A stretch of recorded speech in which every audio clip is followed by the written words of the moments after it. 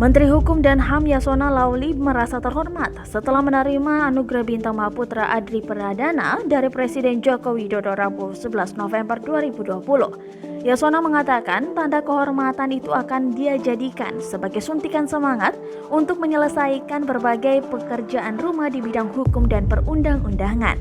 Pekerjaan rumah yang dimaksud Yasona antara lain revisi Kitab Undang-Undang Hukum Pidana serta revisi Undang-Undang Permasyarakatan.